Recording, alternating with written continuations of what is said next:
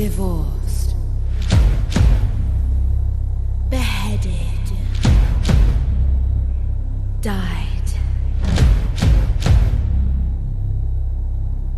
divorced, beheaded, survived. Hello everybody, my name is Kara, and today I'm here with my 6th Musical Readathon TBR, or reading plans as I've been calling them. If you have not heard about this readathon, it is based on 6th musical. It runs from November 8th through the 17th. Each of the co-hosts is representing one of the queens. I am representing Anna of Cleves, and each of the challenges is also based on that particular queen. Each of us got to come up with our own challenge, which was really fun. I will link all of the relevant information in the description box if you haven't heard of this yet. And today I'm going to be talking about what I hope to read during the readathon. The first challenge for Catherine of Aragon is to read the first book in a series. And for that one, I hope to be picking up Serpent and Dove by Shelby Marin. By the way, all of my books that I chose are going to fit into our kind of bonus challenge or overarching challenge, which is reading books that are not by men. All of mine happen to be by women, but you could also use books by non-binary authors or any authors that do not identify as male, because Henry does not even get a song in the musical. It's not about him. So I have recently heard some kind of mixed things about this book. I know that it was getting a lot of rave reviews right when it came out, or like early review copies or something, but I recently heard that the author includes some like racial or cultural tensions in the book that are not really handled very well, and by the time I heard that, I had already ordered my copy, so I am still going to read it and kind of see how it goes. But I believe this is a story about a witch hunter and a witch who they're forced into an arranged marriage and presumably fall in love. Like I said, I have heard mostly good things, but now I've recently heard some things that are kind of concerning about it, but I own it, so I'm going to try and read it. The second challenge for Anne Boleyn is to read a scandalous book, and as with many of these challenges, that is very open to interpretation, and for that one I chose The Ring and the Crown by Melissa de la Cruz.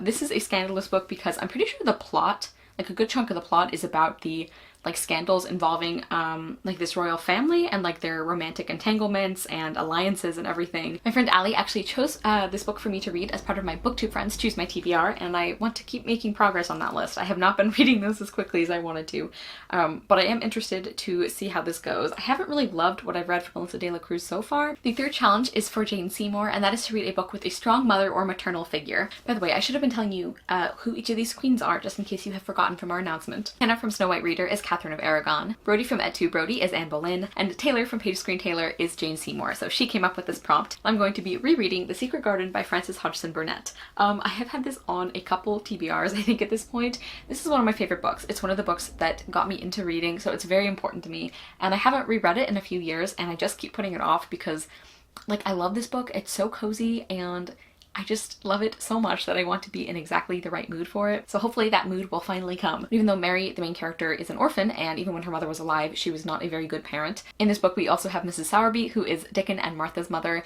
and who also kind of takes Mary under her wing a little bit. And Mrs. Sowerby is wonderful, and definitely a very strong mother, whether the children she is mothering are related to her or not. The fourth challenge is for Anna of Cleves, and that is, of course, the challenge that I came up with. And that is to read a book featuring something that you love about yourself. And again, this can be one of any number of things, or more than one thing. It could be representation, or an ability, like a hobby or a skill you have, a physical characteristic you love about yourself. Like, anything is fair game. Just choose something you love about yourself. And for this one, I'm actually doing Sorcery of Thorns by Margaret Rogerson, and it's for kind of what initially might seem like a superficial reason, but if you can see on the cover, it's very difficult to see, but the main character has freckles, and I have a lot of freckles. I'm not always sure you can see them on camera because of lighting and stuff, but I have a ton of freckles. And when I was younger, I kind of just got used to the idea that they were considered like unattractive, or like they were cute on little kids, but once you got to be like a teenager and everything, it was like a sign you had bad skin or something. And even like reading fantasy books, it seems like no matter how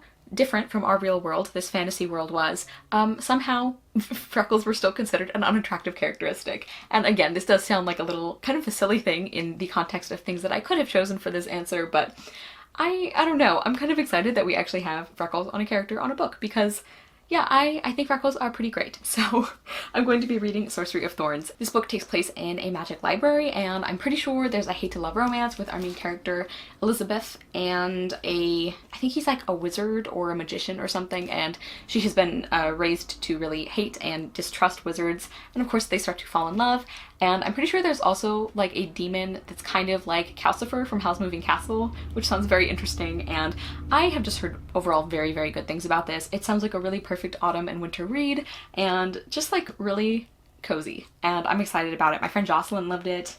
I know a lot of people have loved this. Kristen from Super Space Chick, like, I think this is going to be great. The fifth challenge is for Catherine Howard, and representing Catherine Howard, we have McKenna from MacBooks, and she was actually the one who put this whole idea together. And the challenge for that one is to read a book that features a complicated or unconventional romance. And for that one, I'm actually going to double up, and I guess Sorcery of Thorns could work as well, but initially I thought Serpent and Dove because two groups of people who have been raised to hate each other and then an arranged marriage and falling in love definitely sounds pretty complicated. The sixth and final challenge is for Catherine Parr, represented by Hannah from Lynn Hermione, and that challenge is to read a book involving education in some way.